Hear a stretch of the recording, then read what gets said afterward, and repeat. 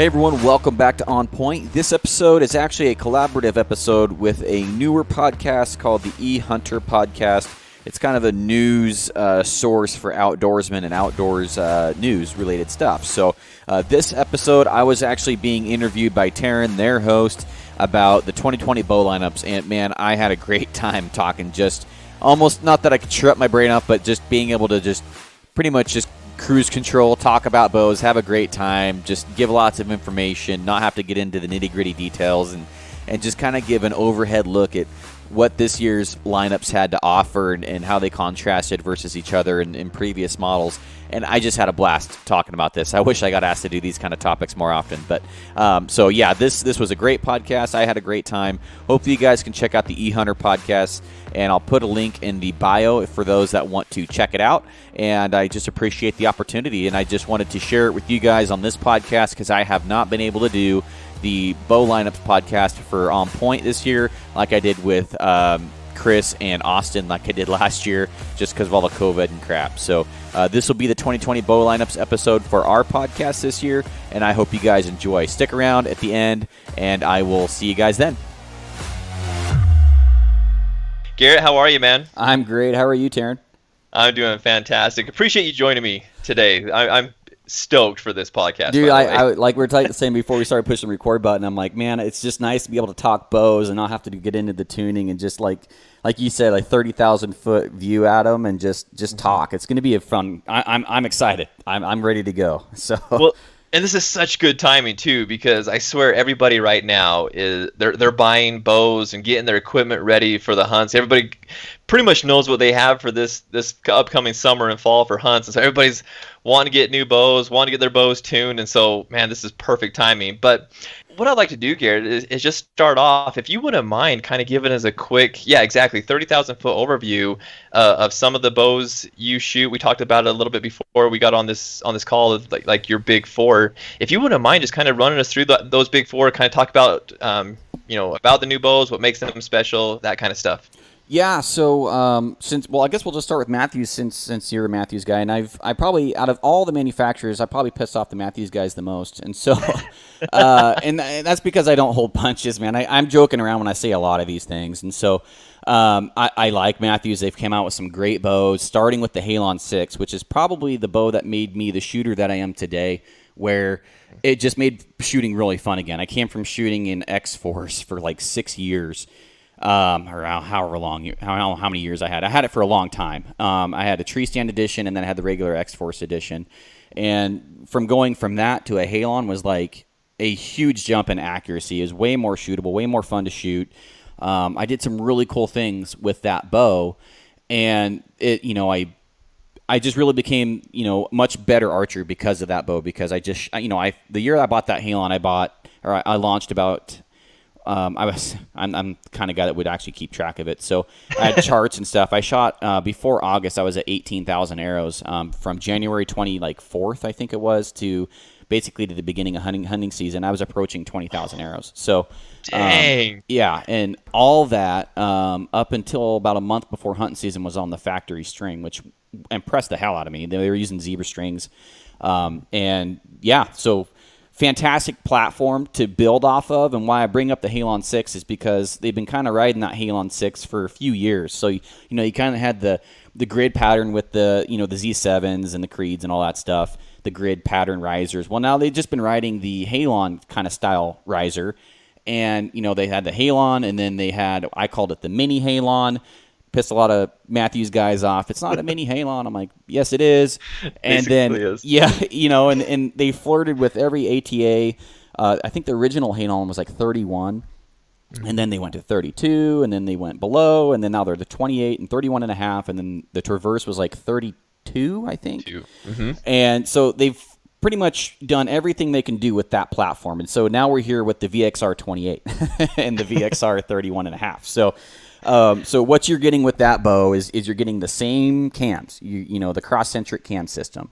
And then what some differences this year, though, is, I think that, when you start running out of performance that you can put into a bow, you start adding flashy kind of gadgets or little bit of changes or something like that. And I don't mean to be demeaning when I bring up something like the switch weight or the SES, the Silent Connect system.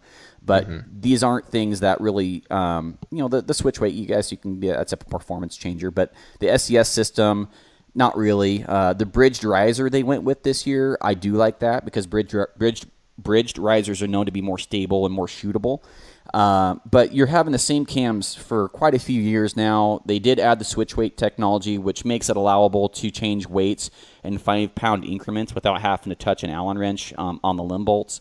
So that's really cool. You don't have to swap cams or anything like that, or limbs, really. You can get everything out of one, basically, module. And if you have a different switch weight, you can switch it out with just an Allen wrench, pretty much. So I do like what they did there, but they've been really dead in the hand. They've been really quiet. They've been fast. And I just don't feel like the other bows really have been pushing them that much to really change the game that much.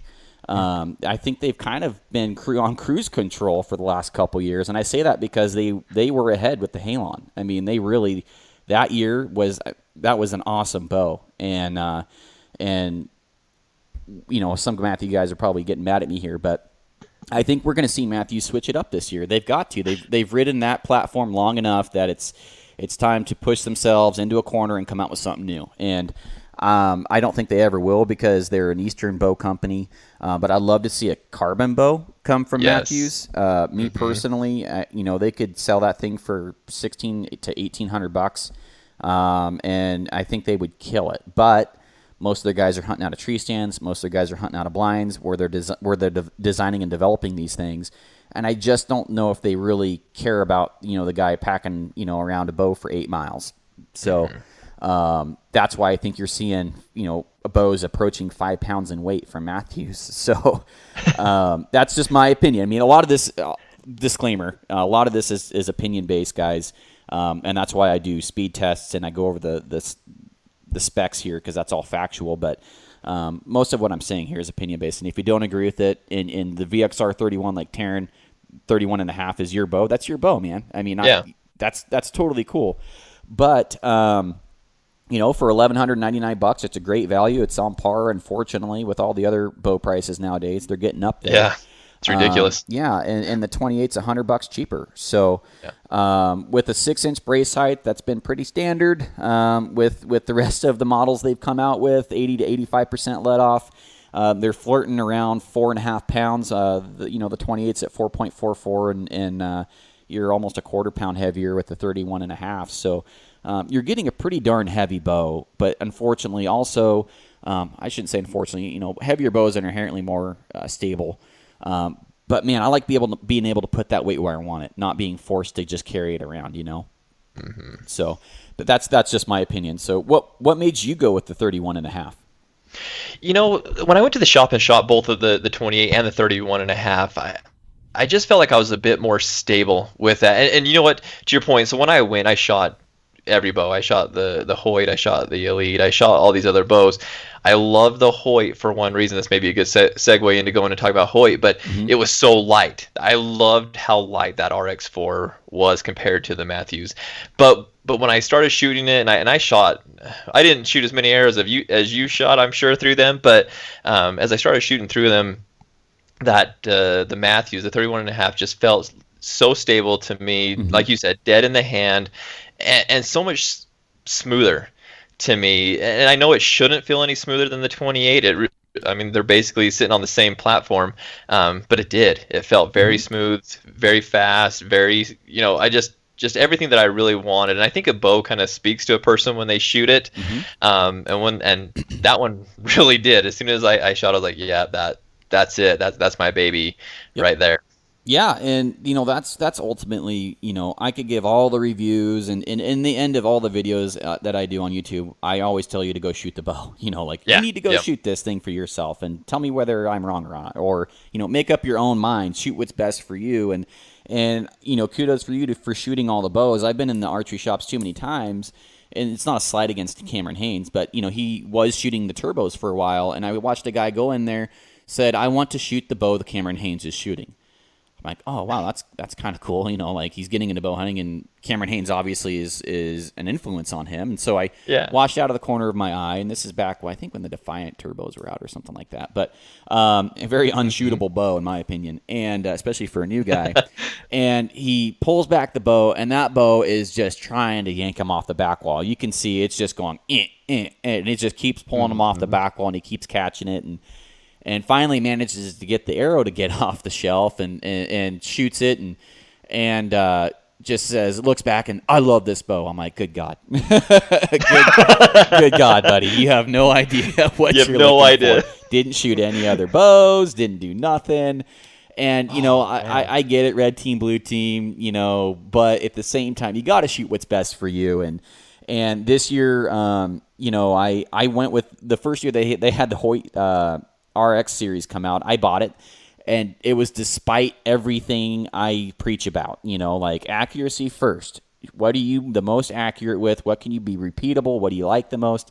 I wasn't the most accurate with that bow. I just wanted a carbon bow, and I'd never owned one before, and I wanted it. And they look cool, and so Cameron Hanes shoots it. Yeah, shit, man, Cameron Hanes was shooting it that year, and so I shot that bow and killed a few animals with it, and never really made an amazing shot with it. All my shots were kill shots, and I think they were all in the lungs, but they were never like shooting behind the pin. It was never super accurate for me, anyways, and so I went back to my let's shoot what's best for us, and then just kind of made that point. I just want to make that point here, that with the Hoyts, I've been extremely critical of the Hoyts for the last since they came out with the RX series, the Redwork series, and I think that was really pushing the limit of prices at that time, because that was a $600 or $1,600 bow. That was about $600 more than the next bow down from it. So you're seeing, I suck at math here, so if I'm wrong, about a 60% increase in cost, but in my head, I'm like, okay, are you seeing a 60% increase in performance?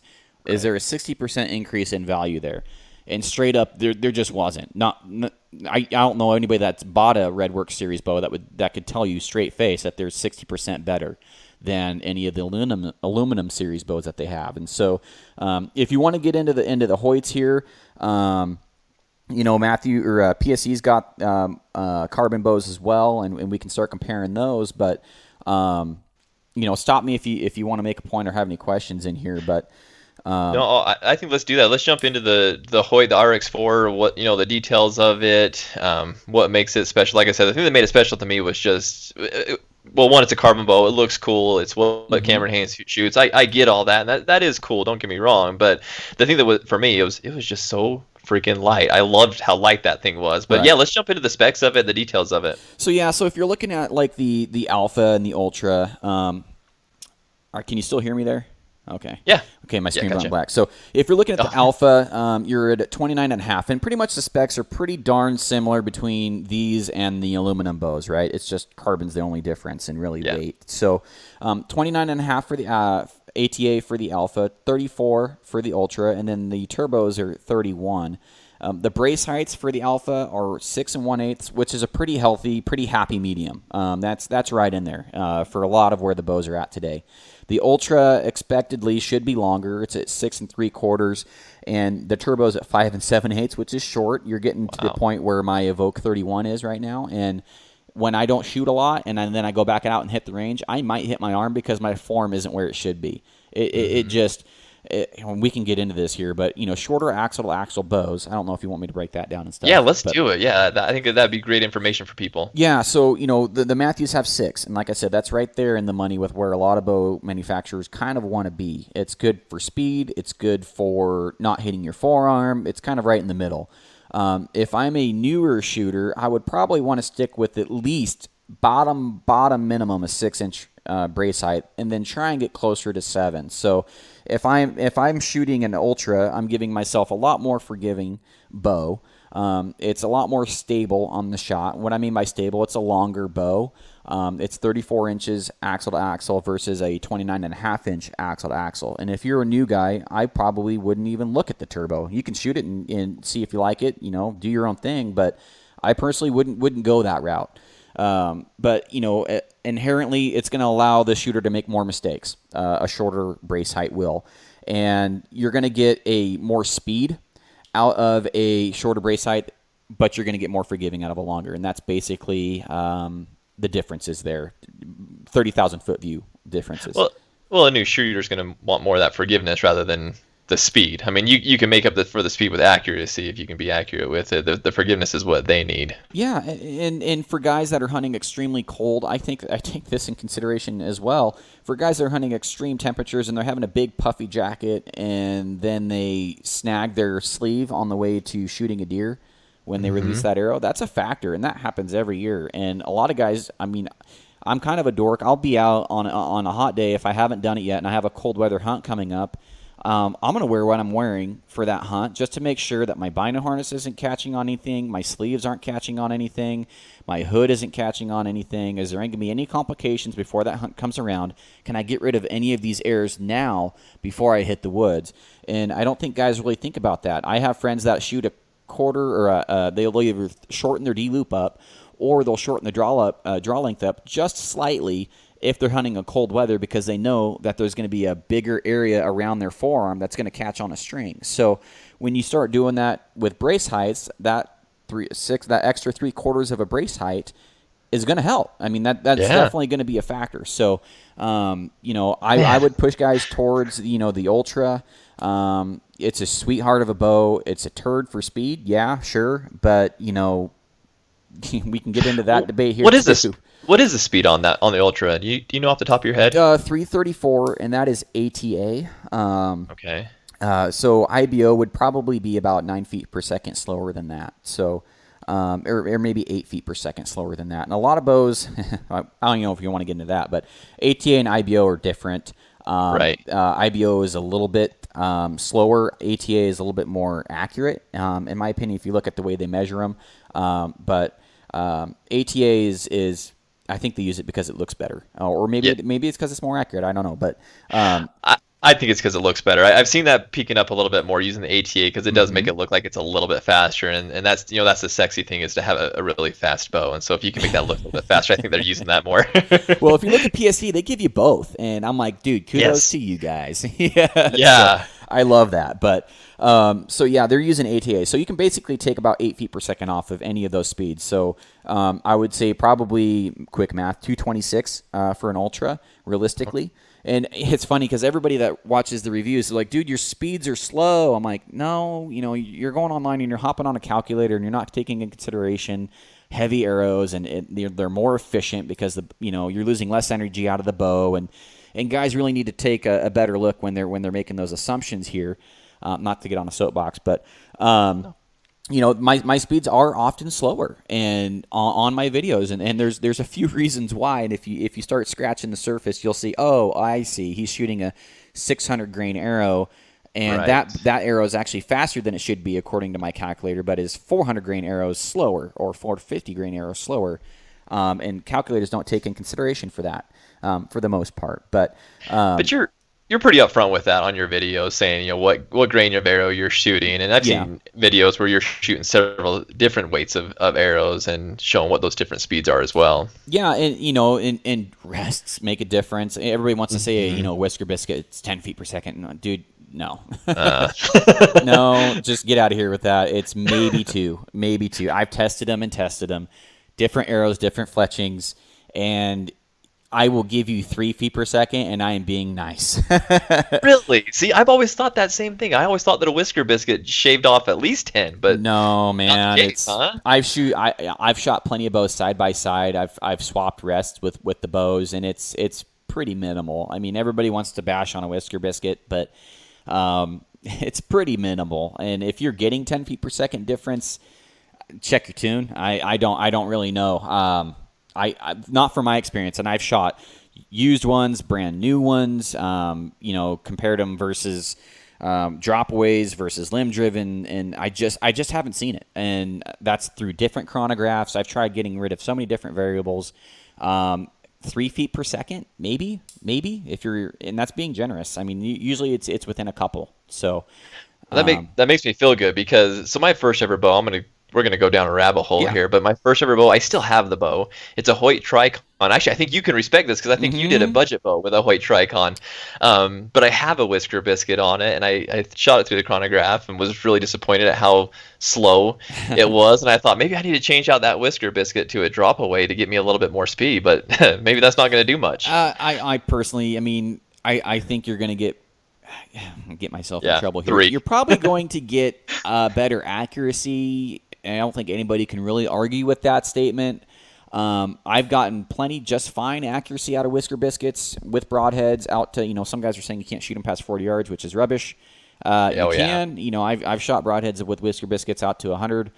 And it is it easier? I'm not going to say it's easier, but I would prefer drop away any day. But people like to crap on whisker biscuits, and I just don't think they've done the testing. I think it's just they're so simple and easy, and it's just silly and all that friction. I'm like, dude, you think vanes make a huge difference for your speed too, and they really don't. I've done that testing as well, and I just don't see it. Helical versus a straight fletch versus this. There's not a huge difference in the speed reduction there. I mean, your shed velocity is pretty similar. So, so the carbon bows over the aluminum bows, you're only gaining or you're only losing about a half a pound max. That the alpha at aluminum is 4.3 pounds, and then the carbon bow is 3.9. I will talk about the difference between that and the 3.5 pound Mach 1. So if you're going carbon, there's a few reasons why. Man, are they nice to hunt with in cold weather? And yes, if you're not wearing gloves, it does make a difference. I had to carry mine around in Idaho in the freezing freaking snow, and it was like I was consciously like, man, my bow's not cold. That's nice. Like I've hunted with an aluminum bow my whole life, and that sucker would be freezing if you had to grab it. Well, that's a nice benefit to a carbon bow. Performance-wise, there's not really anything there. You're just a little bit of weight reduction. But you're paying an extra $600 to have a warmer bow when you grab it in the snow and to have a 4/10 of a less than half a pound weight reduction. Is that $600 really worth it? It does look cooler. It does look cooler, but that's exactly what ran through my head when I was sitting there looking at bows, and exactly, was that $600 worth that? It does. You can feel it. When I was at, when you're fully extended and you're pulled back on the bow, you can feel a little bit of the weight difference. But again, like you just said, is it worth that $600 difference? Probably not. No, and like I said before, is it 60% better? Are you getting your bang for your buck? And I just don't see it, man. I really don't. And for guys that have that bow, hey, I bought it too. Maybe I'm bashing on myself. I'm not bashing on anybody, but I've been there, done that, bought it, and I've got the hat to prove it. I don't believe that they're worth the money, and I think that's why you're seeing Cameron Hanes going back to shooting the regular aluminum bows as well. So, and for the guys that are Cameron Hanes, hey, he's shooting an aluminum bow, so maybe you should make the switch. But outside of that, you've got the turbo. It's at 350. Again, that's ATA, so you can back that down to probably about 341, 342, which is where a lot of the other bows are at. And so even for the turbos, I just don't see that there. And the other bows are at a longer ATA to get those same speeds, or pretty similar to those same speeds. So I think the biggest cost to value difference there is with the turbo carbon bow, because I really 5 7/8 ATA. And realistically, you're just over 340 IBO. You're still at 4 pounds. You're a 31-inch ATA, which is kind of where I like. I like probably closer to 33, but man, to me that doesn't scream accuracy. So, but again, you can make your own decision there. Do you have any questions over the Hoyt stuff or anything to add there? Did I miss anything? No, I think that's great. That covers a lot of it. I've seen a lot of shooters go, that are moving away from Hoyt, I shouldn't even say moving away from Hoyt, moving away from the RX series. Like you said, Cameron Hanes is moving back to aluminum bows. In fact, I think last year he shot the Helix, right? Yep. And so, is that carbon, is that warm bow, whatever, that cool look, is it really worth it? But like you just mentioned, it really comes down to accuracy. Whatever you get the most accuracy out of. Yeah, and So I will say the highlight to Hoyt is draw cycle. Man, probably some of the best draw cycles in the world. And when we compare that to like the Matthews that we've already talked about, it's a nicer draw cycle. It is easier to pull throughout. It's not as stiff. And what I mean by that is basically it just feels like you're pulling less weight when you're really pulling the same amount. So a Hoyt at 70 pounds to me pulls like a 66-pound bow, 67-pound bow, and then a Matthews at 70 pounds feels like 72. So yes, it does. Yeah, I mean that's in the grips, man. The grips are Hoyt's always had my favorite grips for as long as I can remember. Matthews has got those kind of flat back kind of style grips, and they say that adds to accuracy, but the Hoyts are so comfortable that that's it. To me, that's a selling point.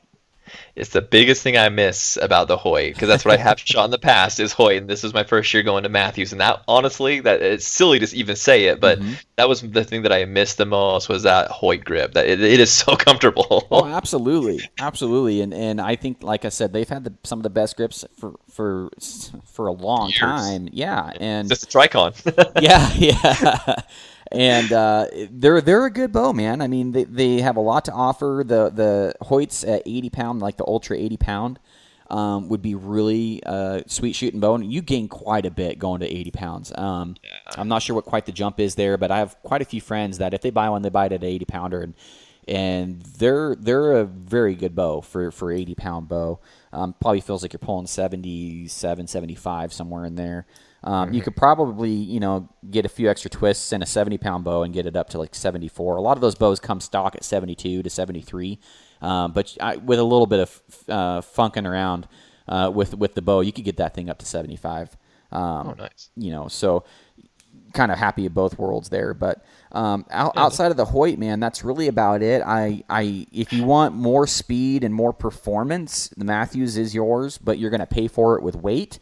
And you're going to pay for it with a harder to draw cycle. Hoyt's back wall sucks. I've said it for a long time. For me, they suck. If you love a spongy back wall and you shoot with back tension, they're a great bow. I mean, they are a fantastic bow for back tension shooters. You're not shooting off the limbs. It's not a super hard back wall, and it really allows you to shoot back tension better than, in my opinion, than a Matthews, which has got, which I like, a solid back wall. Yes. And it just doesn't budge. And so this year, Hoyt did shore up their back walls a little bit. They are better than they have been in the past. There is still a little bit of sponge there, but it's probably 50% better than last year's model. So that is something that I did like seeing them change. And that was a welcoming sight for me. That was a very very nice thing to see through Hoyt this year is they shored up the back wall a little bit, but not all the way. And that's probably kind of a happy medium right there. So if you pull really hard into the back wall, and I don't know if you want me to get into this, but if you pull hard into the back wall on a spongy bow, you're not going to pull yourself off target as easy. It's going to be probably more accurate for you. But if you're one of these guys that just is back tension the whole way, you're pulling, and you're shooting a Matthews, you're going to pull yourself off.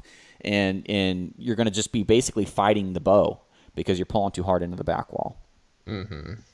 And I know you said you hadn't shot the elites this year, correct? Right, I haven't. I do know. Man, are they stiff like they have been? Oh, their back wall. That out of all the bows I shot, that was the worst of the back walls. It was. It felt. I don't even know how to explain it. Like, it was stiff, but. I wish I was the tech guru or the testing guru that could put this into words, because I know that you could put it into words very well. But man, out of all of them, that was my least favorite. So when you get a chance, you ought to go grab one of those elite bows and shoot it. And you'll probably think that the Hoyt has the most amazing back wall after you shoot that. Man, I didn't know they was that spongy. I will tell you the thing I like about this year's elites is the 1/4-inch draw changes, and I think that was pretty slick. I was like, kudos to you, Elite, for doing that, because that's pretty cool, man. And there's a lot, 1/2 inch is a lot. It is. Why have we been doing that for so many years? And there's a reason guys play with D-loop lengths and wrist, basically wrist mount lengths and length of pull with their trigger releases or caliper releases. And it's because, there's a lot of reasons, but, 1/4-inch draw length changes are pretty sweet, and I wouldn't mind seeing that on the rest of the bows, and I suspect other guys will copy that. What do you think about the new, not to get on Elite because I know you haven't shot that, but what do you think about that new tuning system that they have? Have you seen what they're doing with those? I haven't. I'm not super familiar with it. So apparently you don't have to put it into a press to do any kind of tuning. It's all in the limb pockets. You can do all the tuning while you're out in the field if you have an Allen wrench with you. Yeah, I think that's fantastic. It sounds I like, do too. It sounds like Bowtech and Elite did the same thing this year. Oh, did Bowtech do that too? Well, they got the cam locks, and that's pretty much all you really would need to do. To tune your bow is the cam locks are pretty slick. I think they're fantastic. I think that's a great addition from the Reckoning, kind of a target hunting bow. They put those on the Revolts this year, so. Let's jump into the Bowtechs. So I'll be honest, I did not shoot the Bowtechs this year and have not shot them a lot in my life. So I'm going to lean completely on you with the Bowtechs. But let's talk about their new bow for 2020. Yeah, so they came out with two new models, basically expanding on the Realm series again. Who like Matthews had a good platform and they've been riding it for a few years now, and we'll see if they make any changes. But this year, let's go back to last year. In order to talk about this year's bow, we need to talk about last year's Reckoning. That was a pretty god-ugly bow, but in my opinion. I agree. It was like, wow, I'm going to use that to hit a deer. Yeah. But so it had the cam lock technology, which basically allows you to laterally move the cam left to right. Basically shim the cam over without having to tear down the bow or do anything. It's just basically two screws. You loosen one, tighten the other to move it one way or the other, and it makes basically tuning the bow. You don't have to have a bow press. You don't have to go to a bow shop. I think that's fantastic. I love that. I took two out of the box this year when they arrived at my local bow shop. They kind of let me do whatever I want there. It's awesome. So nice. I need that set up. Yeah. Well, my buddy owns it, and my other buddy works there. And so when I'm not there and a new bow arrives, he says, "Hey, I got one set up, 29 inches, 70 pound, already set up for you." I'm like, "Perfect," because that's what I test them all for. And so he just basically, first thing he does is sets it up for me, calls me, and then it's ready for me to get there and film. So.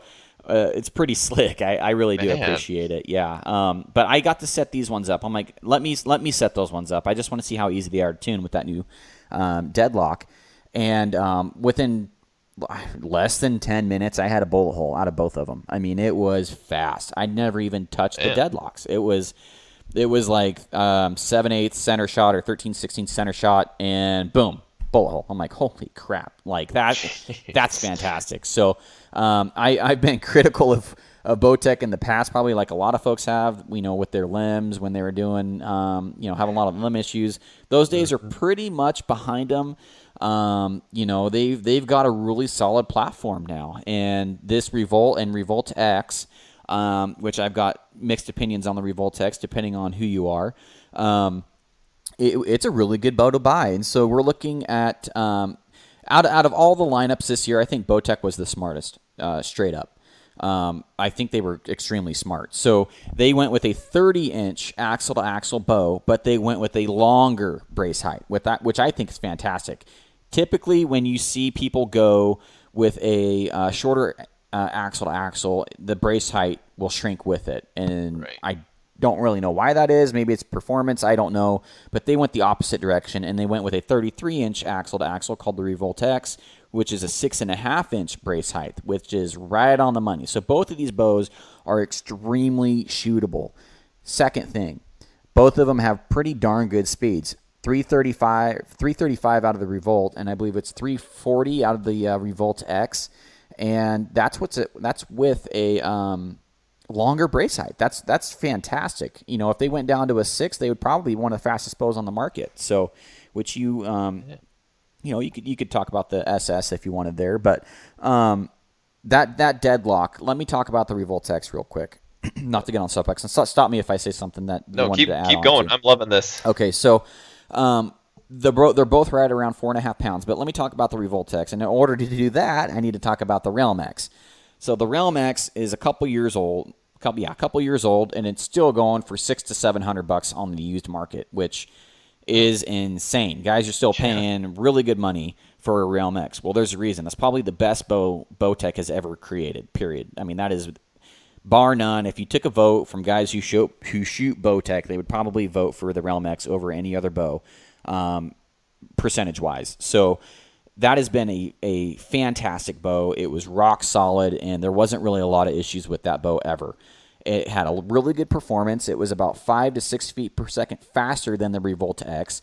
One of the only differences is deadlock technology. So instead of going from split yokes, which are easy breezy, beautiful cover girl to tune, they went with the deadlock, which is extremely easy to tune. So if you're a new guy and you're wanting to listen to podcasts and listen to YouTube or watch YouTube videos and learn how to work on your own bow and learn about cam lean and, and center shot and all this stuff, the Revolt X, and you want to you do it yourself, or the Revolt X is probably your bow this year. Reason being is because you don't need a bow press, you don't need a bunch of money to get invested, and it's super extremely easy to get that bow to tune.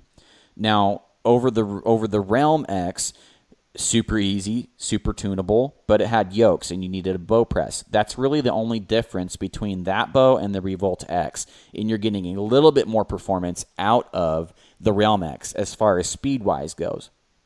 So if you have access to a press and you have access to doing your own tuning, you might as well just stick with the Realm X. But if you're looking to get into the game or looking to maybe just get a newer bow and you really loved your Realm X and the Revolt X as your bow, you're only losing about 5 feet per second, as I said. So both great bows, good price points. What is the price point on the Revolt? Yeah, you're looking at about $1,100. Okay, so right there with most of the other ones except for they're super adjustable. Your draw lengths go from like 25 and then 25 to 31 on the Revolt X, and then 26 to 31 on the Revolt.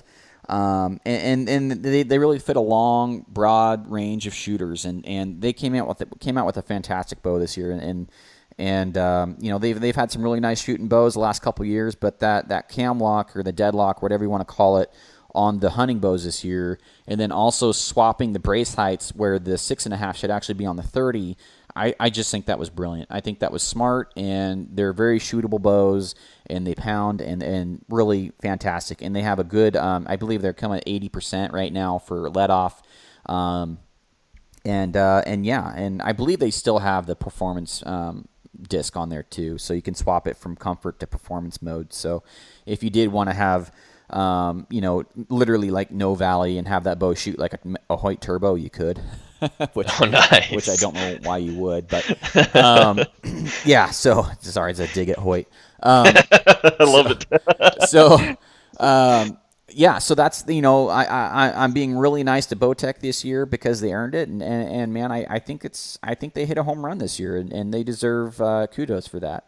They do offer draws in 50, 60, 70 pounds, and I think that's going to be a really good selling bow this year, and it doesn't look like a horrible looking club like the Reckoning did. So right, it's a much better looking bow than they have been in the past. That Reckoning was night and day. Ugly. And like I said, if you have the Realm X, personally, I'd save your money. But if you're wanting to get something new and you're new to the game, you want to get into tuning, that is your bow. Well, and that's the same thing. I mean, similar to the Matthews, like you said, they're still building off that same platform that they have for a couple of years now. Like Matthews, if you have a Verdicts, don't go buy a VX. All right, I don't see a reason to do that personally. I mean, do what you want. It's your money and your own thing. But kind of the same thing with Bowtech. Yeah, if you're happy with your realm, just keep it. And they aim really well. I mean, a lot of these bows, they've been copying each other. There's been plenty of that going around, and a lot of these guys are widening their limbs for a more stable platform. They're starting to get caged risers. They're starting to add all these target qualities to the hunting rigs, and that's kind of what you're seeing is target accuracy out of a hunting rig, which they've been preaching for a lot of years, but now they're actually finally making the actual changes on the shooting platforms, maybe extending the riser a little bit, widening the limbs out. You're getting giant freaking limb pockets now, and you're starting to see better shooting platforms for most of the manufacturers. Well, you're seeing a lot of that target accuracy out of some of these hunting bows because they're making those changes, which is really for us. That's all. I'm not a target shooter. I'm a hunter, and so for us to hunt, we appreciate those changes. So absolutely. So one other bow I want to talk about before we move on to kind of our next topic. There was big news few months ago with John Dudley making the transition from Hoyt to PSE, and everybody thought that he was just absolutely crazy to do that because Hoyt was so amazing, and that's what Cameron Haynes and everybody shot.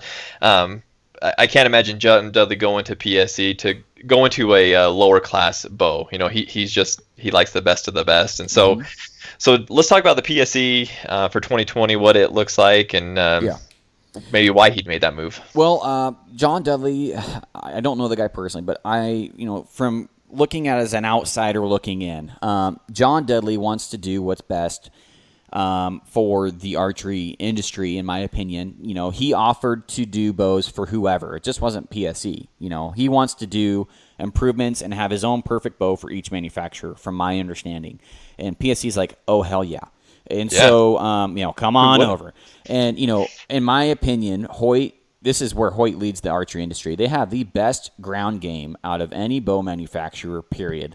You look at their roster for pro hunters. It is insane. They have almost everybody. So they've got the best ground game. And so losing Dudley, that's a hit. But, they're almost better at marketing than they are at anything else. They have some really good ground game. And I'll leave it at that. John Dudley moving away from PSE, maybe they didn't want to work with them on creating their own bow. They kind of had the Cameron Haynes edition, which was just, strings and logos and stuff. But I think Dudley was wanting to do more than that. And that's why you saw PSE kind of welcome him over and like, hey, we'll take your suggestions. Come on over here, baby. We'll take you. And so he did. He made some changes with the NTN series out of the PSEs. And, I think that he hit a home run, but you also starting to see he's doing that with Spot Hog now too. And so, I think he's kind of just throwing that out there, and he's being, very entrepreneurialistic. However you say that word, very, he's putting himself out there, and he's making that dough, and he's making hay while it's growing. You know what I'm saying? So he's got the hype, he's got the following, he's cashing in on that cow right now is what you're seeing. And Spot Hog is the next one that you're going to see a knock-on series. Mark my words, you're going to see one. And good for him. So I don't know if it was him swapping to PSE because he thinks it's the best platform. I think it was the next platform to take on him. Well, I kind of thought that same thing. Again, I haven't been a PSE fan or follower or anything like that. I haven't shot one of them in years. I shot the one this year, but haven't carried one in the hills hunting. And so when I saw him go there, I wonder what PSE will look like 2 or 3 years from now with him kind of being a mastermind behind it. Because you're right, I agree with you. I think he wants the best thing for the archery industry, the archery hunting industry, making the best bow possible. And I'll be interested to see what PSE does in the next 2 to 3 years. Yeah, I think they're gonna keep doing these platforms, and then Dudley's gonna shoot, see what he likes to see to change and make some changes to it, and that's what you're gonna see. So, he did a good job, developing his. My buddy bought one. He says it's an extremely stable platform. Some of the arrow stand thing, I don't know about that, man. That seems like a kind of a gadget more than gimmick. A perform. Yeah. You can toss that in there with the SCS Silent Connect system Matthews has this year. So I will tell you, I don't even have that on my VXR, by the way. I didn't even put it on. Isn't it like $60 for a freaking string and a connector? Like, yes, it's oh my god, yeah. My backpack has a bucket that I put it in, and it straps to my backpack. I'm like, I don't need that. I don't want that. That's just an extra thing to get in the way. I'm not putting it on my bow. Yeah, sorry. Well, no, I'm right there with you. And, I've only hunted out of a tree stand 3 days of my life. And that was with Brian from day 6. And he had this little carabiner on a string. And I'm like thinking, well, why the hell does somebody need a little $60 or $80 SCS Connect system that when a carabiner and a string works, man? Like, I don't understand. This is borderline stupid. I really don't know why somebody would buy that. So, there's my dig at Matthews. So now I've got Hoyt and Matthews now. So. Oh man, I say these Hoyt and Matthews guys, they're going to be burning down your house here in a little bit. Yeah, well, I could go against, but I've got plenty of ammo against Bowtech. But they've treated me pretty well the last couple of years. So, But so the PSE, man, they had the bow of the year that they couldn't meet the demand. And so, COVID hit, Matthews shut down for a while. I'll tell you a joke after we get off here about that. But they're having some manufacturing. They're behind. They're basically like a spot hog. They are so far behind.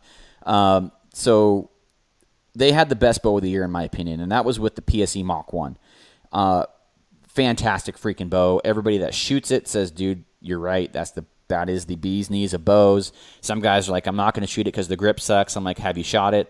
No. Well, that's why you're saying that, because they changed the grip this year. And I am total fanboy of that Mach 1. It's a fantastic freaking bow.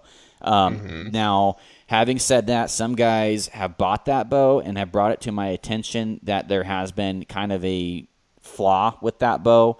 The cable guard typically points at 2 o'clock on that bow, which is where it needs to be. And for guys that tune and shoot PSEs, very rarely do they ever dick around with the roller guard cables or the cable guards. It's always pointing at 2 o'clock, and they can pretty much get the bow to shoot with that being at 2 o'clock. However, the way that is threaded and the pressure from the bow, especially on the 80-pounders, which they offer, is pulling that over towards the string and causing tuning issues and vane issues. And so it's a simple fix. Put some freaking Loctite in there and you'll be done with it. But that's literally really one of the only things that I've heard about that bow. And I'm saying that because guys have bought that bow, got a hold of me, and they're upset because I watched your video and you convinced me to buy it. I'm like, okay, sorry. I apologize. It's a fantastic bow. Put some freaking Loctite in there and go pound. It's awesome. It's great. Exactly. And hopefully they figure that out. They can either probably solve that by reverse threading it, just reversing the threads in the riser. So instead of pulling it loose, you're pulling it tight, right? Right. Or there might be a more simpler solution than that, but Loctite being one of them. So once you solve that issue, it's a fantastic bow. And if you can get your hands on one, I would suggest try shooting one. And it is a slug. It is kind of a turd. And at 80 pounds, it definitely is stiff. It does feel like an 80-pound bow. But at 70 pounds, it is a sweetheart. It is really a sweetheart. And so you want to go ahead and get into the NXT series real quick, and then we kind of roll in it? Yeah, let's jump into that. Okay, so since you're shooting the 31.5, we'll just start off with the 31 NXT. How about that? That works. Okay, so with a lot of the other bows, I sound like a broken record here, but they're right in there with the 6.5-inch brace height. With the 31, all the bows come standard pretty much with 80 to 90% let off. One thing I would like to see is them actually unify their screws. It's like Torx versus Allen's, and then they had an argument at the manufacturing shop and like, which one are we going to use? And they said, screw it, let's use both of them. And I'm like, dude, I only want to use, I know I'm bitching about what tool I'm using, but it really, right Twix, left Twix. Dude, it's like, just unify that. Just use one. Yeah, the continuity between your screws needs to be there. So, if from a guy working on a bow perspective, it would be nice to have to grab one wrench. So, with the speed mods, which is a modification you can get from the manufacturer, is 65 to 75%, and that does speed the bows up a little bit. I'm giving the ATA numbers here, so you can minus about 9 feet off of them, off the speeds given here, which aren't impressive. But I will say that they also kind of slow played their numbers this year. A lot of the bows that I tested through PSE shot better than what they claimed. So, take that for what it's worth. I think they were under promising and over delivering this year on their speeds. So their ATA speeds could actually be accurate this year. But the 31-inch ATA bow NXT 31 is 329 feet per second. The 33-incher at 7 inches brace height is 322 feet per second, and the 35 at 6 and 7/8 brace height is 328. And the draw lengths do differ between them. If you're a shorter draw guy, the 31 will easily fit you at 25.5 all the way up to 30.5. The 33, which seems like most of the guys are going with the 33, is a 26.5 to 32-inch draw cycle. So if you're an extremely long guy, that would be your bow. There's also a 35-inch long draw option as well, but that's from 25 to 31.5. But they do have the 80-pound options on the 31 and the 33. Again, man, they are less stiff than the Evoke series from last year, which is what I'm shooting. They are less stiff.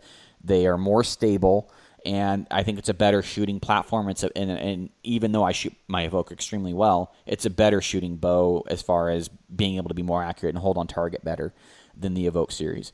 Having said that, the Evoke series pounds, and it's faster, and it's substantially faster than the NXT series. So this year I would hold on to my Evoke, and I'm holding on to my Evoke unless I decide to pull the trigger on a Mach 1. But if you want a little bit more shootable bow over last year's PSE than the NXTs, it's there for you, and it's got a great brace heights. However, your speed's going to be lacking compared to last year. And one thing they did do that I did like it is, they did do the bridge riser, and they actually made the riser a little bit longer, and then they went at a little bit steeper angle with the limbs, which took a little bit out of the vibration out of the shot. So they're quiet and they're super dead in the hand, and compare that to a Matthews, and you'd have a hard time telling. And I say that because I think Matthews has some of the quietest and deadest in the hand bows out there. And so, but it aims extremely well, and it's nicer to shoot with a solid back wall, which for me is important. I don't like that sponge. I feel like I get too many inconsistencies with the sponge. And yeah, they came out with one hell of a bow. They did change the grips this year. They went to an actual grip, not just the riser. And that, for a lot of guys, has been the Achilles heel for PSE, and that's why they don't shoot them. That's why I haven't shot them for the last few years.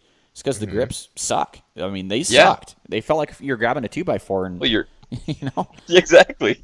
I hated it. And you're right there. It sounds like you're right there on the same boat, man. So. Oh, man. Yeah, I've shot them in the past, and that was been one of my biggest complaints. As you can tell, I really do care about the grips, because I still miss my Hoyt grip. But yeah, I hated that, because it just, felt like you're grabbing a 2x4. I always had like an iron rod just sticking out there. I hated it. But dude, it's yeah. Go ahead. It's funny how those little things make the biggest difference, though. That really matters. Grips are important, because that is the connection point between you and the bow. And people are like, "Well, you're bitching about a grip, dude." Consistency. I've said this a million times. Consistency and duplication means accuracy. If I can't consistently get my hand in the grip easily, the same spot easily every single time, then there goes my accuracy. That means a lot to me. And so. You don't see, here's one thing you don't see professional shooters doing: changing their grip or repositioning their grip when they're at full draw. You don't see that. And when you don't have a grip that has a very easily consistent point of contact, then you're losing something. And they changed their grip, and if I remember right, it reminded me a lot of a Hoyt grip. And it was a little bit more ergonomic, probably a little bit more skinnier, if I remember right. But I mean, it is right up there with a Hoyt grip, and it is fantastic. And they did a great job changing some things around. And yes, they're not speed demons this year, but speed really isn't everything. Yeah, I mean, that, like I said, the speed is a sexy thing people look at when they're looking at new bows. They'll look at that IBO speed or the AT speed just because it is it's that sexy thing that they want to see. Oh, they want to see fast. They as fast as we can possibly get. But really, at the end of the day, and for me, especially as a hunter, that really isn't what matters. What matters to me is what I can be accurate with, and so a little bit disappointing at a little bit lower speeds, but I don't think that would ever run me off from buying a PSE. I still think that's pretty impressive. That's still fast. Yeah, that's still fast. Yeah, and like I said, I think they're kind of slow playing their numbers this year. They're actually faster a lot of the time than what they're showing on their spec sheets. So, and so I guess we can move into the Mach 1 here, and my pick for bow of the year, and they're fantastic. I think that the grips between this and the aluminum bows are different.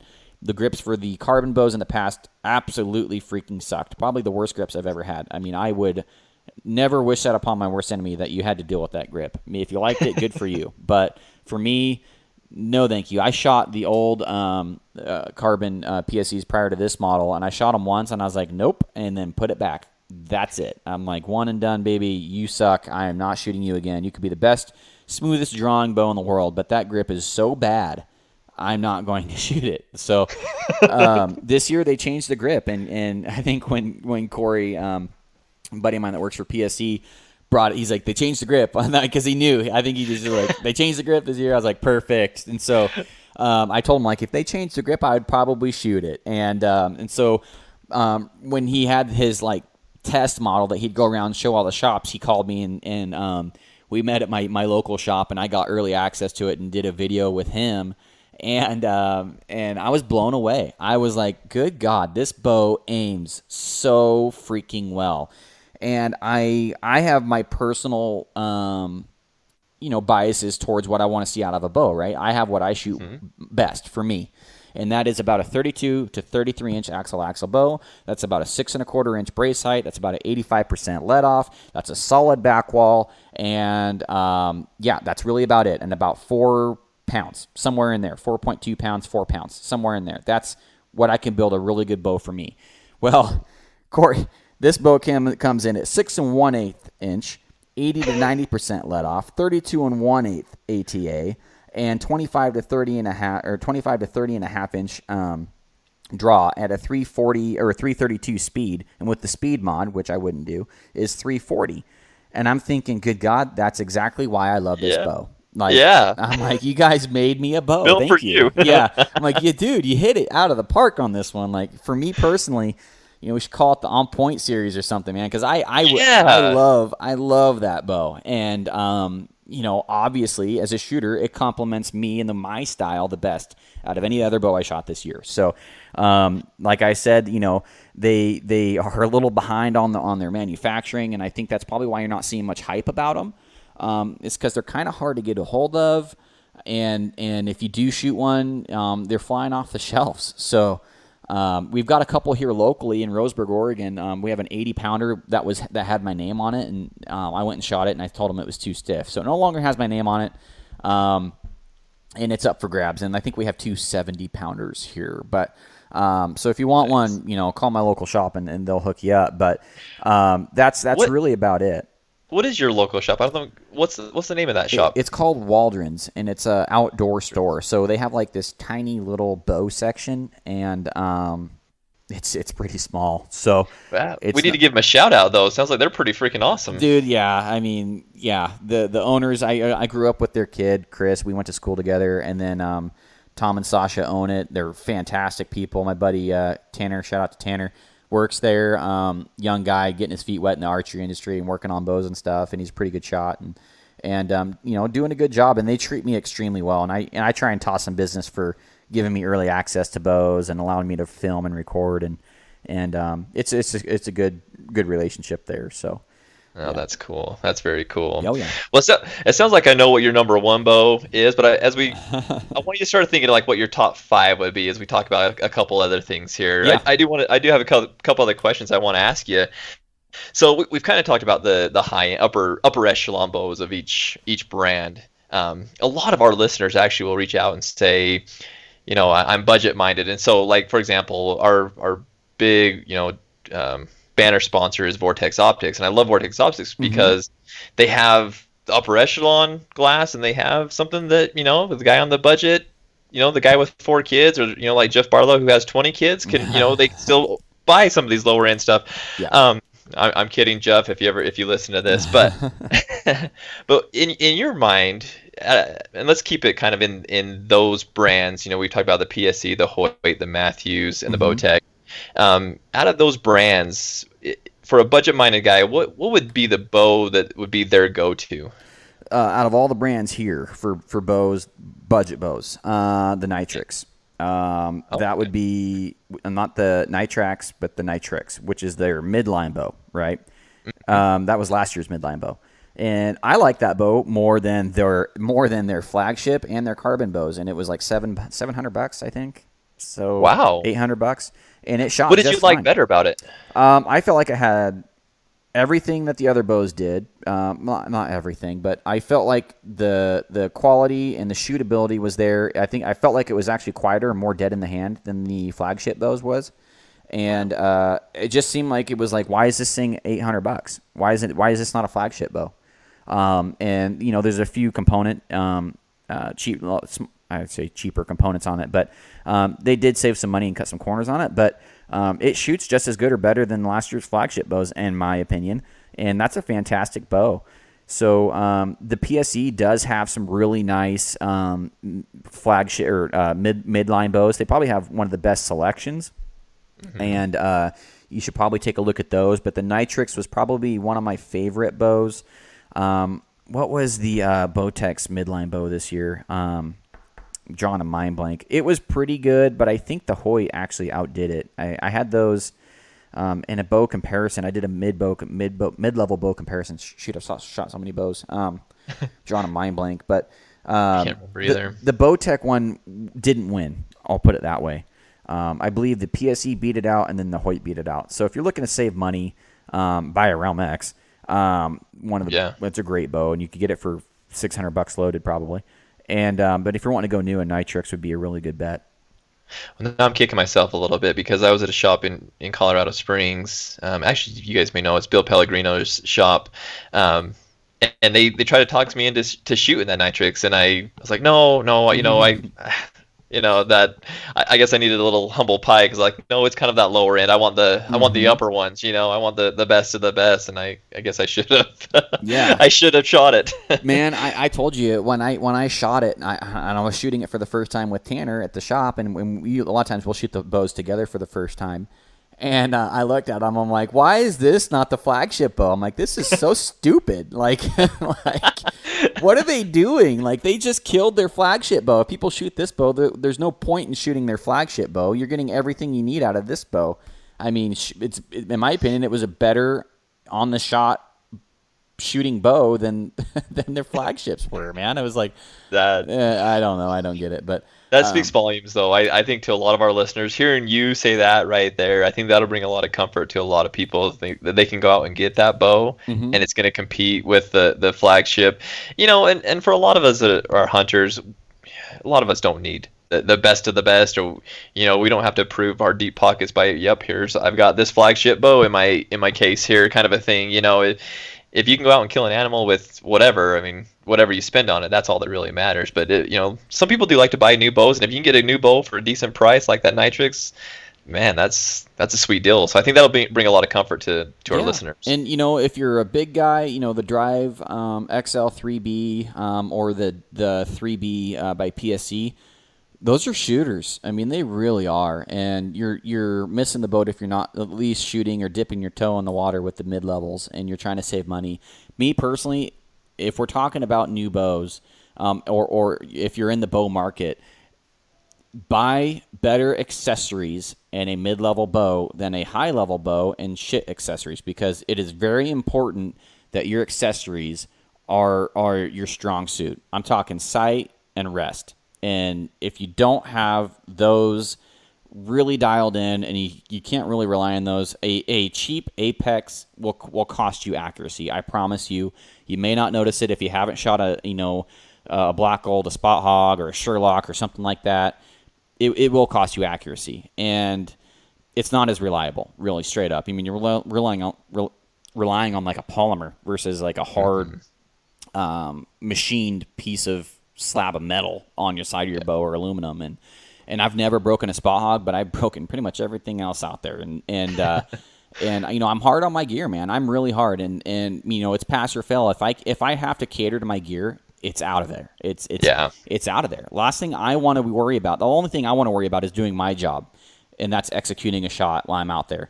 I don't want to have to worry about my rest dropping on the shot or my broadhead expanding. I don't want to worry about that crap. So I try and keep it as reliable and generally as simple and as I can to make sure that I'm just eliminating variables, right? I mean, once you've missed, like I have so many times, and you've gotten creative on ways to fail, you start figuring out the ways not to fail, and so you start coming full circle. And that's kind of what I've done here is accessories 100% more important than the bow, 100%. I think I know the answer to this question. I'm going to ask you a rapid-fire question here real quick. What's Garrett Weaver's side of choice? Well, there's a few. If you're a fixed pin guy, straight up answer the question. I won't give you the roundabout answer. So right now, my favorite side is the Fast Steady XL 3-pin. I did make the modification to it where you have 3 pointers for each. You have 1 pointer for each pin, so now there's 3 pointers, which I expect Spot Hog to do here in the future. Mm-hmm. But that's the best of both worlds. I can shoot out to 60 yards without dialing, and hashtag accurate. I can do it accurately. I'm not just really lobbing arrows out there and hoping I can do it accurately enough to kill an animal, and for sure kill an animal. And if I have time to dial, which every time I've shot at an animal, I think I've had time to dial. I can't think of a time where I didn't have time. And for those longer shots, man, it's nice. Oh, 67 yards? Oh, okay. It's like those half yards or 67s or those 65s where, do you just split the pin gaps? Because that's not where your arrow's going to go. It's right. That halfway between your pins isn't actually, the 5 yard increment if you look at the way the trajectory of your arrow is. So, for the best of both worlds, I suggest that if you're a guy that can't focus on one thing, a single pin would be good for you. If you don't mind focusing on more than one thing, but you don't have to worry about the dialing, a 7-pin, a black gold or a spot hog, those are two of the most reliable ones out there that I really like. There's a few others, but those are pretty much my two go-tos that I would stick with. Well, that makes me feel good. I've always been a spot hog guy. This year I actually switched and did the black gold. What is it? The Ascent Verdict 3. So it's the 3-pin slider sight. Yep. Those really, guys actually added another pointer to it too. I think those guys did my trifecta upgrade. Yep. And I actually called them on the phone a while ago, back when I was trying to do what Dudley was doing, right? He's living my dream right now by coordinating and helping people develop their products. So I called Black Gold. I'm like, listen, guys, no one else wants to hear this, but I've got this idea. It's got thousands of views of people who want to buy my idea. You guys need to do this. And I never ended up doing anything with them, but I'm glad to see that they eventually use that idea. I'm not saying they use my idea, but somebody came up with the idea or decided to use the extra pointer idea, which just makes sense. So it does. It's nice. I'm going to give you credit on it. I'm absolutely going to give you credit on it. Oh, well, pretty awesome too. I don't know if anybody else would, but I definitely appreciate it. It's the thought that counts. But so if for guys that are looking at buying a Hoyt, maybe because even the PSE Mach 1s are like $1,700, $1,600, and so if it's between that or buying a shitty sight, go with a lesser bow and buy the sight. Don't cheap out on that stuff. Even a nice stabilizer. If you're going with a 3-inch stabilizer, whatever limb saver. Limb saver, S coil, 4-inch. That's not doing anything for you. Right. Spend $80 and get a good 10-inch stabilizer and just see what that does for you. If you're hunting out of a blind, I get it, but each to his own. Yeah, absolutely. I got a couple more questions for you before I let you go, Garrett. The next one is, we have our audience really covers the entire United States, and I know you're a Western guy, I'm a Western guy, but like you said, you've hunted out east, talked to a lot of people out east. For the guys that live east and west, let's start with east. What would you recommend first for the eastern hunters? What would you recommend for the western hunters? Well, Matthews is pretty much making what Eastern guys want. And so, they're offering those right now. They're offering those shorter axle guys. But I get a lot of guys that are hunting out of tree stands that are saying, dude, I don't know why everybody's saying you have to have a short axle bow to hunt out of a tree stand. You don't have to. And so I totally get it. I had plenty of room in my tree stand. You can shoot a 45-inch axle bow if you want it out of a tree stand, right? So I get it. But for those blind guys hunting out of blinds, not guys that are blind, but guys that are hunting out of blinds, those shorter axle bows and those shorter, more compact stabilizers, I get it. The VXR28 would be a sweet choice. But, you also have a Revolt, you also have a PSE, and you also have an Alpha. You have 4 bows that are all within 2 inches of each other. And, ATA. And so you're only adding an inch to the roof, towards the roof, or towards the ground of your blind. And so, it's really each to their own. I think guys find reasons to buy what they want. A lot of it, some of it's not, some of it's personal preference, but I think a lot of it is successful marketing. So Eastern guys, a lot of guys like to shoot lighter setups. I would harp on setups more than bows. I think that what they're using to shoot their deer with is more important than the bow they're using. So, me personally, if you can shoot the longest bow possible that you can fit in your blind, I think that's inherently more accurate. just because it's a more stable platform. If you can start widening out your platform like the Matthews are doing, and starting to go with like a caged riser or a bridged riser like they're doing, I think they're really catering to that market that you're talking about. Okay. And I get what you're saying, and I think people can find a reason, whatever that reason is, to buy whatever bow they really want. Like you said, a lot of it's probably marketing. Matthews does a great job marketing to the east. Hoyt does a great job marketing. Like you said, Hoyt's ground game right now, it rivals Mountain Ops, I think. I think Mountain Ops is one of the best marketing teams in the world. But that's funny. Yeah, I agree. 100%. With them, so. Yeah, I'm not saying whether I like or dislike either of those companies. I'm just saying they got the best marketing department, or they spend the most money. Either way. Yeah, exactly. Exactly. I love your approach, by the way, through this whole thing. Everything your opinion and all that, and I love that. I hope people appreciate your whole approach, because you do shoot everything. You do. I mean, like you said, you gave how many arrows did you shoot from January to August? 18,000. Well, that was the year I shot the Halon. I haven't done that since. I probably hang around 10,000 now. That's still a whole lot more than any of the rest of us. More than your average guy. Yeah. Yeah, I shoot a tenth of that a year. So no. Yeah. I mean, so I love your approach, how it's all hey, this is my opinion and all that, but I hope people understand how, your opinion definitely is backed by experience and facts as well. Well, I appreciate them. And I was actually watching an Instagram clip, and I guess this is kind of validate myself, which is kind of a douchey thing to do. But so, I was watching a video of Levi Morgan talking about hinges and and how, and back tensions on the walls and how, certain releases aren't probably good for limb stop rests.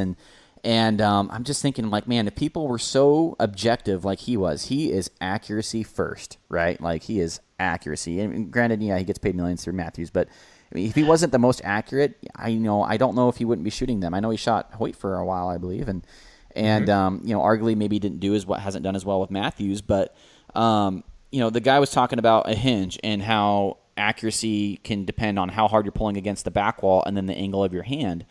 And I'm like, that's why I don't shoot that bow, or that's why I shoot this bow, or that's why I do some very small things that make a big difference. And to see him talking in a similar fashion was like, dude, if that guy's if I'm echoing that guy, I'm probably on the right path. So yeah. If there's anybody to emulate, that's a pretty good one to emulate. Yeah. That guy's a freaking killer on and off the field. That guy is an absolute shooter, and I take a lot of what he says with a huge grain of salt. So yeah, well, again, he's got the experience similar to you. You have that experience. You've put the reps in. You've done the work, and so when he says something, and conversely with you, when you say something, there's a lot of experience that backs that up as well, and a lot of experience, research, studying.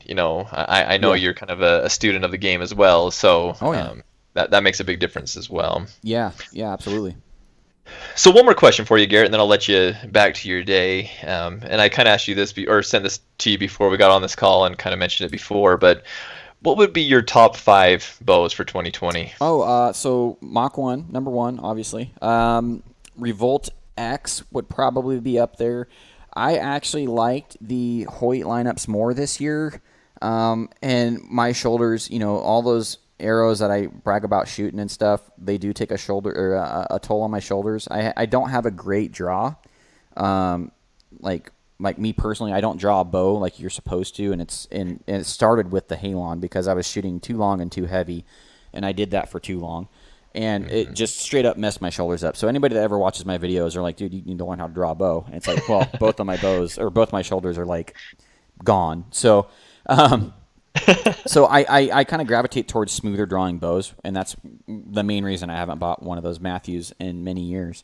And so I'd probably gravitate towards the Alpha through Hoyt. I wouldn't mess with the carbon bow, but the Alpha was really right there. The VXR 28 being a little bit lighter, I did like that, and I could tell the difference, and I didn't really notice a difference in how either of them held differently. I in the video, I believe I even said, I expect to like the 31.5 better. When I drew and shot the 28, I'm like, I might have to shoot them both again now. Yeah, I remember that. Yeah. Yeah, and that sure surprised me, man. So the VXR 28 would probably be in there as well. Honorable mentions, although, Prime's got some great bows. I shot the Synergy back when the Synergy was the first line of the Synergy. That bow had issue after issue after issue, but I've never shot a bow more accurately, period, ever. That is the most accurate bow I've ever shot. It was finicky. It was a pain in the butt to tune. It broke down on me all the time, but when it shot great. So, the Prime Black series, they're good bows. I don't like how many pieces to the string there are. And the strings that come on their bows, they claim are great and they use great material, but everybody I talk to, including myself, I would swap out that string. And that's $200 because it's like a 7-piece string, I think, or something like that. So, yeah. I shot the one this year. The thing that got me this year was they have that ginormous circle like right in my eyesight when I'm going to pull back, and I can't see past that thing. Yeah, I'll tell you, man. There's with that Synergy, you should always wait to buy a car, for a few years to see what kind of issues it's going to have. Well, they're working through a lot of stuff. I think the rigidity of the riser probably adds to some of their problems with some of the early issues because they use a little bit stiffer riser. But there's a lot of good to be had with those bows, and they are inherently accurate, man. I mean, the swerve they have in the bottom and just the Synergy technology in general, holy freaking smokes, are those accurate. And so, for a guy, and they have a pretty decent draw, and I like the way that the let-off changes, although it does change your draw length slightly. It's a really good bow, and it's definitely not one to count out. And I want to give a special kudos to Elite for doing the 1/4-inch draw stop or draw changes. I think that was great too. But so yeah, to answer your question, it was Mach, the Mach 1, the Revoltex, probably the Alpha, then probably the PSE NXT 33, and you'd have to maybe the VXR 28, and that's only because of my shoulders. Gotcha. That's a pretty good list right there. You can't argue that list. Yeah, I mean it's user preference, man. I mean you're shooting the VXR 31 and on I've got a lot of guys, a lot of friends that shoot the Matthews and there's really no complaints. I mean when I do want to get this out there, when we're comparing all these bows, and I do speed tests in all of them. Why? Because that is not a personal preference. That is a fact. That is how fast the bow is shooting. But when we're talking about, stability, how it aims on the shot, how it feels on the shot, we're almost splitting hairs. I mean, all the bows are so close nowadays. It's like, it's which marketing got to you better and what bows did you shoot? What ones did you really give a chance? And, trying to be as objective as possible is extremely hard because as soon as I saw the Mach 1 specs, I'm like, well, freaking game over, Yeah, that's built for you. So, you got to take what I say with a grain of salt sometimes, and just like anybody else when it comes to these bow reviews, but, the broadhead reviews, all these things, they have their little biases in them when it comes to personal preference, and the results are the results. They're not biased. They're not skewed. There's been some folks out there saying that, the giant broadhead test that we did was biased and all this stuff. I'm like, dude, you're upfront and honest about it. There was so much work that went into that. I don't know if we'll ever do it again. But the results were the results, and just because your head wasn't number one, go pound sand, man. Exactly. And so I know I'm getting on my soapbox there. So long story short, like I say in the end of all my videos, go shoot the bows for yourself. And if you're wondering if the bow has enough oomph to kill an elk, which is probably my number one question, yes, your bow has enough oomph to kill an elk. Your arrow and your broadhead are probably the more important part of the equation there. So, which is another conversation. And being able to make a good shot. Whatever bow you can make a good shot with, that's where it comes down with me. If you can make a good shot and whatever bow feels most comfortable to you, that's the bow that you really should be shooting. But I will say, though, that the podcast like this that we just did, this is very informative. This is the facts. There's some opinions in here, absolutely. But the facts are the facts, and experience is experience, and you can take a lot from people's experience. Yep. You're not who you are because you don't have the experience. You have that experience. John Dudley has that experience, and so I think for guys, average guys like myself, or most guys that listen to this podcast, I think we can take this, learn from it, and take that knowledge to the bow shop, shoot these bows, and like, okay, yes, I remember Garrett saying this. Yeah, that makes sense. Okay, this feels better. Oh, yes, that is the right grip for me, kind of a thing. It helps them remember some of the things that really are important when they get to that shop. And so I think there's a lot of value in these kind of conversations. Yeah, and we didn't talk about Obsession. We didn't talk about Athens. There's a lot. We didn't really talk about Elite. There's a lot of bows out there that still haven't been touched by Terron and I's conversation here. And just because you didn't talk about them doesn't mean they're not relevant. Like, you should still go check them out. You should still go shoot them all. Terron hated the back wall of the Elite, and it sounds like I would too. But I want you to do it, and I want you to text me and tell me what you think. I will. I think the bow rack, which is about an hour and 20 minutes north of me, might have Elite. I'm not sure if they do, but all these bows that we don't have around here are ones that I don't review. So, I might start reaching out to the manufacturers directly. I'm like, dude, I'm just, this is what I do. I'll send it back to you. I promise. Just send it to me for a couple days and let me do a video on it. So, which I doubt anybody would take me up on. But I don't know. Getting, like I said, your experience behind that bow, getting your thoughts on it, I think they should take you up on that. Especially companies like the Obsessions and the Elites, that they're not as big out here in the East as the Hoyts and the Bowtechs and the some of these other Matthews. So I think it'd be good to get some of that, some more. That's good marketing. That's more attention. I think it would be a good idea to do that. Oh, for sure. So. Well, I appreciate you having me on. Hopefully I didn't, there wasn't too many numbers in here. I know I ran through them pretty fast, and I spit a lot of specs at people here. So, if that was, hopefully that was what you're looking for, man. It absolutely was. And the great thing about a podcast, and I've done it many times on your podcast, you can hit that 15-second rewind button. What did he say? What's the ATA on that, kind of a thing? So we did. You gave us a lot of information on this podcast. It's exactly what I was looking for. Because again, right now, and I'm one of them. We're trying to get ready for the hunting season. We know what tags we have, so we want to be prepared for them. And I don't have an archery tag, but I do have the Total Archery Challenge coming up, and so there's a lot of these things that I'm thinking about, as well as everybody else. So I think this is a great time for this podcast. I think this will be very informative for everybody. Heck yeah. Have you ever tried a side stabilizer? I have one, and I have not even tried it. Dude, for those challenges, those mountain challenges. Is it worth it? It's worth it. The extra weight's worth it there. So that's why I talk about buying a light bow to put the weight where you want it. Then that's right where I'd put it. There's a lot of guys, so I'm going with a group of other guys, and they all have it, and I should put it on and start getting used to it. I've never shot with it, and this is a horrible mentality, but I always think, okay, I want to shoot my bow how I'm going to shoot it when I'm hunting, and I'm probably not going to have that on, but maybe I should even have that on when I'm hunting. Yeah. I'll have to start trying it. Yeah, man. Well, hey, I appreciate your time, man, and thank you for having me on the show. It's been a great time. Yeah, thanks, Garrett. Appreciate your time as well. Hopefully we can stay in touch, and I'll probably have you back on again if that's okay. I'd love it. I'd love it. Cool. Thanks, man. All right. See ya. See ya. All right, guys, that's this week's episode of the podcast. If you haven't yet and you want to help out the podcast, there's multiple ways you can do it. We have a Patreon. I'll put that link down in the bio, but it's patreon.com/onpointpodcast.